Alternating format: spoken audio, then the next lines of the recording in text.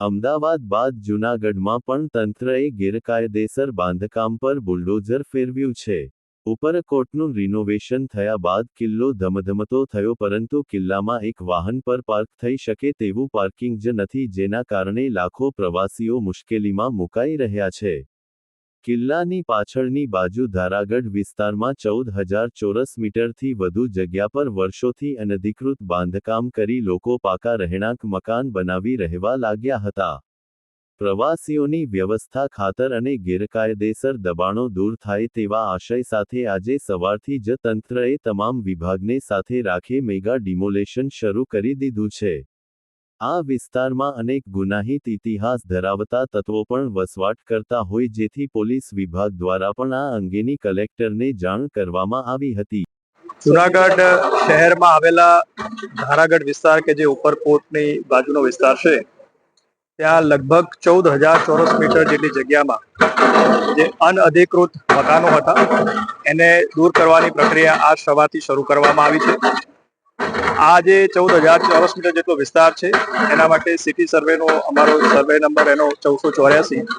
અને એના માટે તમામ પ્રક્રિયા જે નિયમસરની છે કરવામાં આવી છે. દબાણકર્તાઓ જે હતા એમને નોટિસ આપવામાં આવી હતી અને એમને પૂરતી તક પણ આપવામાં આવી હતી કે એ લોકોએ આ જગ્યાએ કેવી રીતે મકાન બનાવે છે, પરંતુ કોઈ પણ પ્રકારના એવા અધિકૃત ડોક્યુમેન્ટ એમની પાસેથી મળી આવ્યા ન હતા અને આથી આ પ્રક્રિયા પૂરી કરી અને અમે આજ સવારથી લગભગ 400 જેટલા અમારા પોલીસ અધિકારીઓ, 10 જેટલા જેસીબી, જિલ્લા વહીવટી તંત્ર, કોર્પોરેશન, પીજીવી સેલ, ફાયરની ટીમ તમામ સાથે રહી અને આ ચુસ્ત બંદોબસ્ત સાથે આજે દબાણ દૂર કરવાની પ્રક્રિયા હાથ ધરી છે અને આ પ્રક્રિયા જે છે એ આખો દિવસ ચાલશે અને આ દબાણ જે છે એ દૂર કરવામાં આવશે. આ દબાણ જે દૂર થયા છે એમાં અમુક અનઅધિકૃત વ્યક્તિઓ ના પણ દબાણો દૂર થયા છે, જેમાં એનડીપીએસ છે, બુટલેગર છે, એવા પ્રકારના લોકો હતા. એને માહિતી પણ પોલીસ વિભાગ તરફથી જે અમને મળી એને લઈને એક કડક કાર્યવાહી કરવામાં આવી છે અને આવા કોઈ પણ પ્રકારના અસામાજિક તત્વો જે છે એ આ પ્રકારનું દબાણ કરે તો બિલકુલ ચલાવી લેવામાં આવશે નહીં અને આ દબાણ દૂર કરવાની જે પ્રક્રિયા છે આગામી સમયમાં પણ આટલા જ પૂરજોશથી ચાલુ થવાની છે. આજરોજ જે